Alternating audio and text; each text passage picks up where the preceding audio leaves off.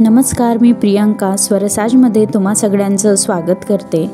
आज आपण प्रवासात नेण्यासाठी गुळाच्या दशम्या बनवणार आहोत। या दशम्या प्रवासात 8 ते 10 दिवस आरामात टिकतात, तर या तुम्ही सोबत नेऊ शकतात। त्यासाठी अचूक प्रमाणात आपण 2 वाटी गव्हाचं पीठ, अर्ध वाटी बाजरी पीठ, जायफळची पूड, साजूक तूप आणि 1 वाटी गूळ येथे आपल्याला लागणार आहे। बाजरीचं पीठ घातल्यामुळे दशम्या इथं खमंग, खुसखुशीत आणि छान अशा होणार आहेत। तर ही आजची आपली टीप आहे। 1 वाटी गूळ आपण घेतला आहे, तो एका पातेलीत मी इथे काढून घेत आहे।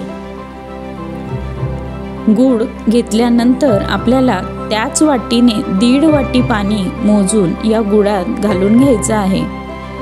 आपण ह्या गुळाला पाण्यात विरघळवून घेणार आहोत। तर यासाठी मी मीडियम फ्लेमवर पातेलं ठेवत आहे। हे आपल्याला चमच्याने ढवळत राहायचं आहे। 2 ते 3 मिनिटात गूळ हळूहळू विरघळायला लागतो। तुम्ही पाहू शकतात गूळ आता हळूहळू विरघळायला सुरुवात झालेली आहे। माझा बऱ्यापैकी गूळ आता पाण्यात विरघळलेला आहे। गॅस फ्लेम मी मीडियमवर ठेवलेली आहे व कंटिन्यू हे ढवळत राहायचं आहे। गुळाचं पाणी आता रेडी झालं आहे। गॅस मी बंद करून घेते। आता पिठावर आपण जायफळ किसून घालणार आहोत। तुमच्याकडे जायफळ पूड असेल तर ती 1 टीस्पून तुम्ही घालू शकतात। दशम्यांना अगदी छान चव येते। जायफळ किसून घातल्यानंतर दोघं पीठ आपण मिक्स करून घेणार आहोत। हे व्यवस्थित हाताने मिक्स करून घेतल्यानंतर यात आता आपण 2 चमचे साजूक तूप मी या ठिकाणी पिठात घालून घेत आहे। साजूक तूप वापरल्यामुळे अगदी दीर्घकाळ आपल्या दशम्या छान मऊ लुसलुशीत अशा राहतात। हे मी आता पूर्ण पिठात मिक्स करून घेत आहे। त्यानंतर जे गुळाचं पाणी आपण केलं आहे ते एका गाळणीच्या सहाय्याने आपण गाळून या पिठात घालणार आहोत। बऱ्याच वेळा गुळात कचरा निघतो, तर तो दशम्यांमध्ये येऊ नये यासाठी आपण ही प्रोसेस करणार आहोत। तुम्ही पाहू शकतात काळसर कचरा याच्यात बाजूला झालेला आहे। याच्यात गुळाचं पाणी ओतून घेतल्यानंतर गुळाचं पाणी गरम असल्यामुळे आधी चमच्याच्या सहाय्याने आपण पीठ आणि पाणी मिक्स करून घेणार आहोत।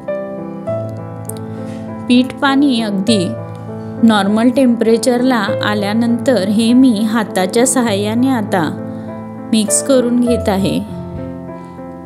हे परफेक्ट पाण्याचा अंदाज आहे। जर तुम्हाला पीठ मऊसर वाटत असलं तर थोडंसं गव्हाचं पीठ तुम्ही याच्यात अजून मिक्स करू शकतात, पण हा अंदाज अगदी बरोबर आहे। चपातीच्या पिठासारखं मी इथे पीठ मळून घेतलेलं आहे।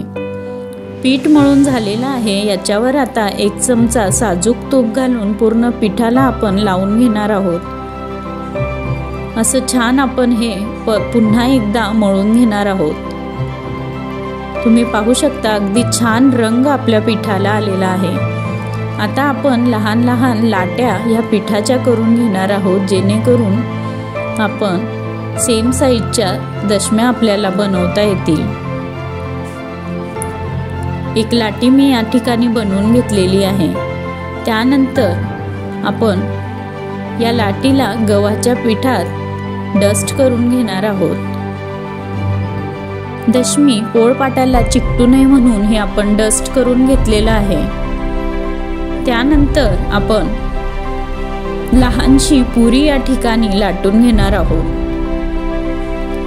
लहानशी पुरी लाटून घेतल्यानंतर अगदी लेयर बनवण्यासाठी यावर आता मी अगदी थोडंसं तूप मी यावर घालून घेत आहे व हे आपल्याला या छोट्या पुरीवर पसरवून घ्यायचं आहे।